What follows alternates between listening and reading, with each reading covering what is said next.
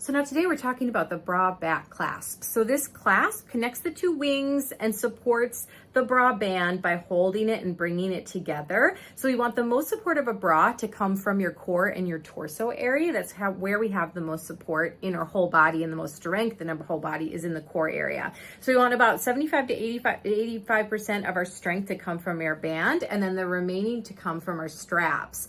If we have too much pressure and support on our straps, then we're going to feel it in our shoulders, and you're going to get achy shoulders pretty darn quickly. So if you're having achy shoulders, it's because your band is not tight enough nor strong enough around the core and the torso area, because again, this is where we have the strength. You'll also notice that the band is really nice and straight across and level. If the band is up a little bit too far, that's again relying too much on the straps. You're teeter-tottering towards the front, and then you'll feel pain here and some pain here. And again, it just means you probably need a tighter band that is a little bit lower on your torso and straight across in the back.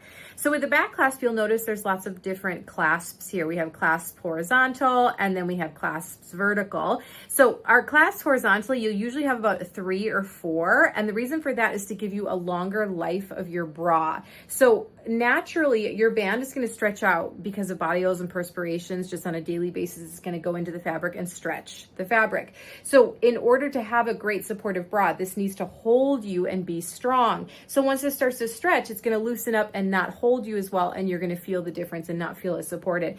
So what you want to do is you want to buy a bra on the very loosest hook on the back, so that once it does naturally stretch with time, which it will, you can move it to a tighter hook after months of wear, and you just need to move it because the fabric is stretched. And then again, after months of wear, you can move it to a tighter hook. After months of wear, you can move it to a tighter hook. So this actually protects your investment. It gives your bra a longer life. So that's why it's really important to buy a bra that's nice and snug and secure on the very loosest hook in the back. It all depends on how many bras you have in your wardrobe. That tells you how and at what time to move it to a tighter hook. I would just use your gauge of if you're not feeling as much support, then tighten it up. But if you're wearing the same bra every single day, you're going to loosen it up quite quickly. So you're going to have to move the hooks quite quickly. But if you have a lot of bras in your wardrobe, you may stay on this loosest hook for months and months, maybe even years, depending on how many bras you're actually wearing in your wardrobe.